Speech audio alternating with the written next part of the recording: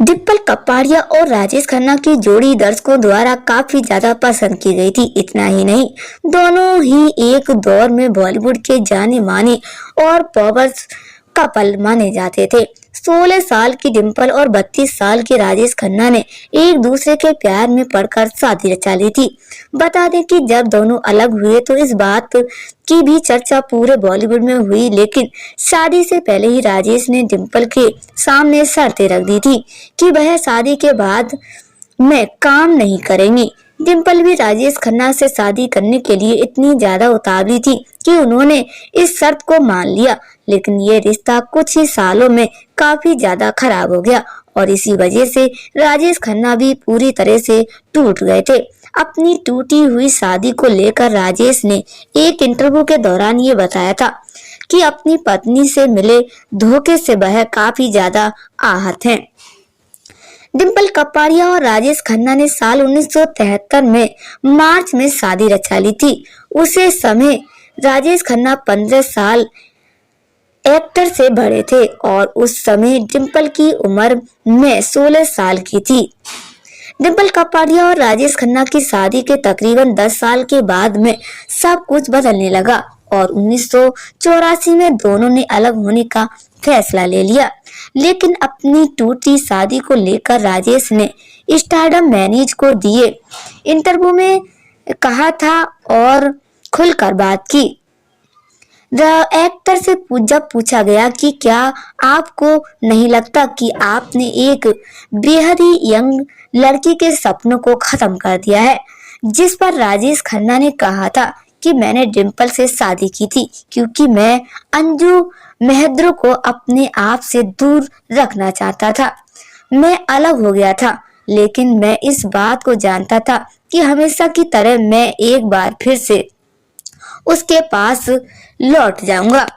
इसीलिए अहमदाबाद के इवेंट में मैंने पहली बार डिम्पल का हाथ पकड़ लिया और उसने मुझसे कहा कि क्या आप हमेशा के लिए ये हाथ पकड़ पाओगे। मैं भी स्तंभ रह गया था, लेकिन इतनी भीड़ में इस बात का जवाब नहीं दे पाया।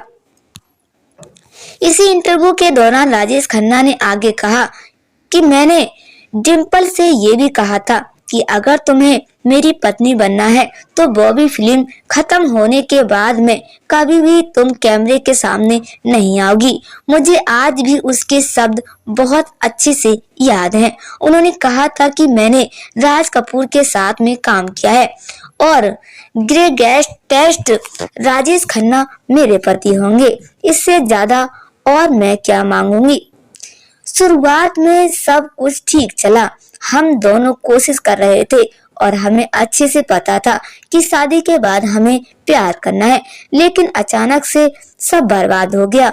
बहुत दुखी रहने लगी और उसने कुछ कहानियों पर भरोसा कर लिया। वह सुबह से रात तक पत्ते खेलती रहती थी, यहाँ तक कि वह कहती थी कि उसे मेरे प्रोड्यूसर और निर्देशक के साथ को स्टार से काफी नफरत है, लेकिन अब वह खुद उन्हीं के साथ में काम कर रही है।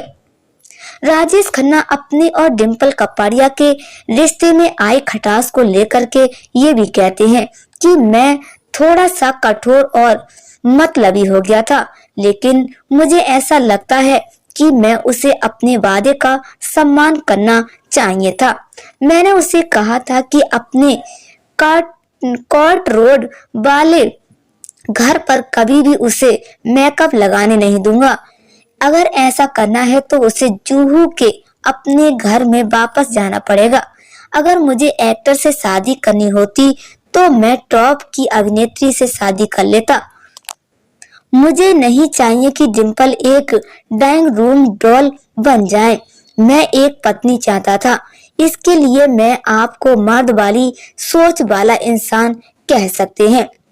मैं चाहता था कि जब मैं 2 सिप करके रात में घर लौटूं तो मुझे गर्म खाना मिले और मेरी पत्नी मेरे पास बैठी हुई हो। मैं कभी भी ऐसा नहीं चाहता था कि जब घर पर मैं लौटूं तो मुझे कहा जाए कि मेरी पत्नी तो बाहर गई है।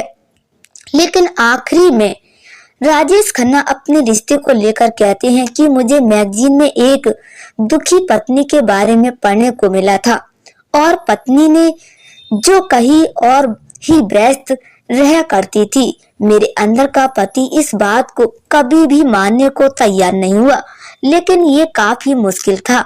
मुझे इस बात को अपनाने के लिए इतनी ज्यादा हिम्मत लगी कि मेरी शादी ही टूट गई।